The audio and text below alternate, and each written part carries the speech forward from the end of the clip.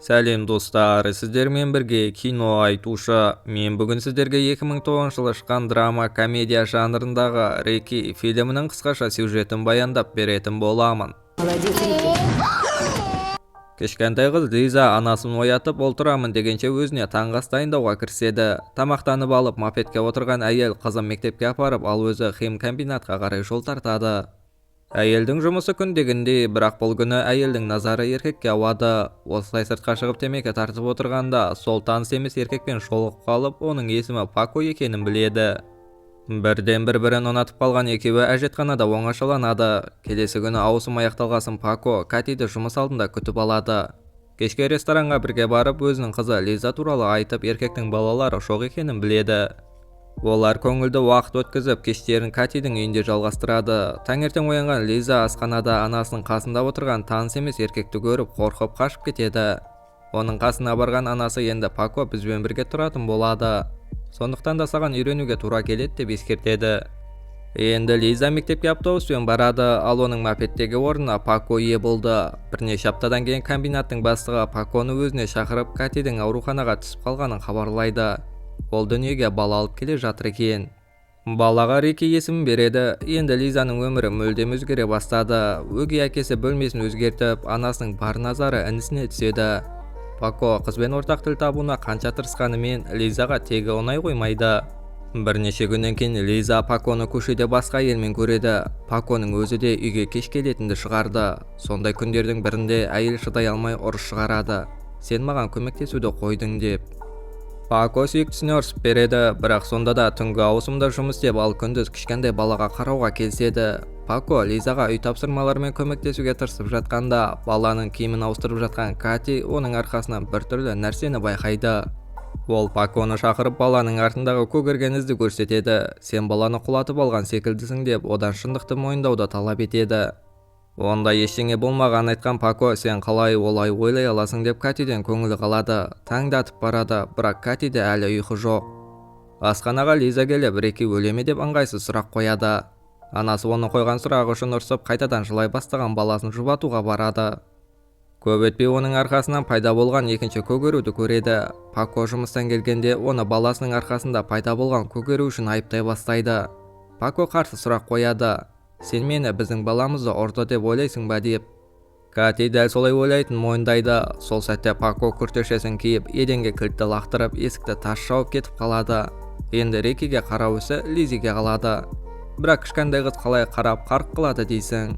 Сондай күндердің бірінде қуыршақпен ойнаймын деп балаға қарауды ұмытып кетеді. Осылай жұмыстан келген анасы Рикидің керуетте жоқ екенін көреді. Ең қызығы оның төсегінде қан. Не болғанын түсініп үлгермеген Кати баланы іздеуде. Кенеттен баланың дауысын естиді, бірақ керуеттің астында жоқ. Жоғарға қарай берген сәттерінде Рикидің шкафтың үстінде отырғанын көреді. Анасы мен қызы Рикиді бері шақырып әуре. Байқаусызда баланы ұстап үлгере алмай, Рики еденге бетімен құлайды. Кенеттен олар баласының арқасынан шығып келе жатқан қанатты көреді. Олар басында қатты қорқып қалғанымен кейін үйренісіп кетті.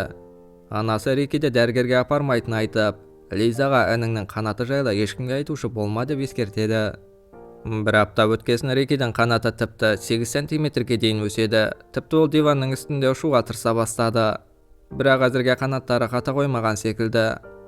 Оның қанаты күн өткен сайын өсіп, көп өтпей қанаттарына қауырсында шыға бастайды. Бір күні мектептен шыққан Лиза Паконы көреді. Ол Кати мен баланың жағдайы қалай екенін білуге келіпті. Оны ұнатпайтын Лиза сұрақтарына жауап бермей кетіп қалады. Ал Кати болса құстардың қанаты туралы кітапты сатып алып, Рикиге қорғаныш бас киімін алады. Осылай үйлерінде Рикиге қауіпсіздік киімдерін кигізіп, оны ұшыруға жібереді, бірақ барлығы сәтсіз аяқталды. Кати өздерінің көп жылдар бойы ойнап келе жатқан лотереяларынан 2000 евро ұтып алғанын біледі. Қатты қуанған ол қыз мен баласын ертіп алып супермаркетке барады, сыйлықтар алу үшін. Заттар қарап жүріп, баланы қараусыз қалдырған олар қайта оралғандарында Рикидің жоғалып кеткенін көреді. Сөйтсе ол өзін ұстап тұрған киімді шыртып, барлығының назарын аудартып аспанда ұшып жүр екен. Кати баласын жерге түсші деп жалынуда. Олардың шақырғандарына қарайтын Рики жоқ. Барлық адамдар супермаркеттен шығарып, енді баланы ұстауға қауіпсіздік қызметі кіріседі. Ақыры баланы ұстай алғасын оны ауруханаға алып кетеді. Жергілікті дәрігер Катиді өздеріне шақырып, баланың ерекшелігіне өз таңғалысын білдіруде. Дәрігер баланы толыққанды зерттеп, қандай да бір уақыт аралығында бақылауда ұстау керек екенін айтады. Бірақ баласына зертхана тышқанын жасағанын қаламаған Лиза баласын алып кетеді. Ауруханадан шыға бергендерінде олар журналистер талпасын күтіп тұрғанын байқайды. Келесі күні теледидардан Рики жайлы жаңалықтарды көреді.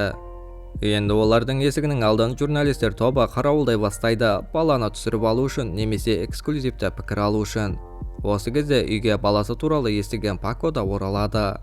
Еркек өзінің Париж ресторандарында жұмыс істеп, сендерге қайта оралсам ғой деп армандаумен болдым деп Катидің алдында мойындайды. Екеуі татуласып балалар бөлмесіне барған Пако баласының қалай ұшып жүргенін көреді. Әкесі бұны көріп мәз, бірақ баласы қорқып тұрған секілді, ол заттарға соғысып өзін әдеттегіндей ұстамауда. Пако баланың бұндай қауіпті кеңістікте тұруға болмайтынын, оның қиналып жүргенін ұғынады. Лиза Рикидің жастығынан қанды байқағасын, олар дәрігерді шақырады.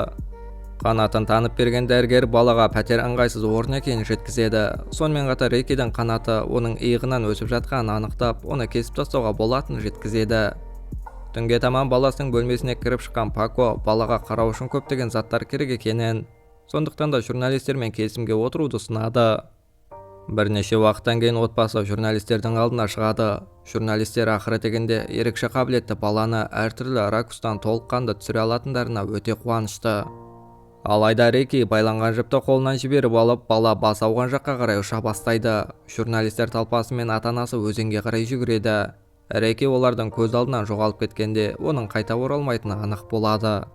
Журналистер тарқап, ал Кати жылауда. Оның суреттерін іліп іздеу салып, ал отбасы оны соңғы рет көрген өзеннің қасынан шықпайды. Мүмкін Рики келіп қалар деген үмітпен. Бірақ іздеулер ешқандай нәтиже алып келмеді. Лиза мен Пако суреттерін іліп іздеу салып жүрсе, көңіл күйі жоқ Кати үйден шықпай қояды.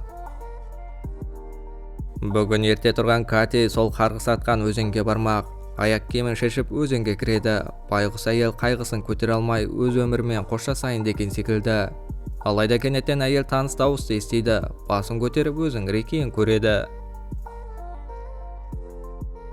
Кати баланың қалай тез өсіп кеткеніне таңырқаулы. Оның сөздеріне күліп қайта аспанға көтерілген Рики жоғалып кетеді. Бұл жолы Кати үйіне бақытты болып оралып, Пако мен Лизаны құшақтап, оларды жақсы көретін айтады. Арада бірнеше ай өтеді, олар бірге өмір сүруде. Енді мектепке Лизаны өгей әкесі апарады, ал Кати үйінде өзінің жаңа нәрестесін күтіп отыр. Осы жерден фильмде аяқталады. Егер осындай видеоларды жиі көріңіз келсе, каналға жазылып, лайк басуды ұмытпаңыз, қоңыраушаны қосып қойыңыз. Сіздермен бірге болған кино айтушы.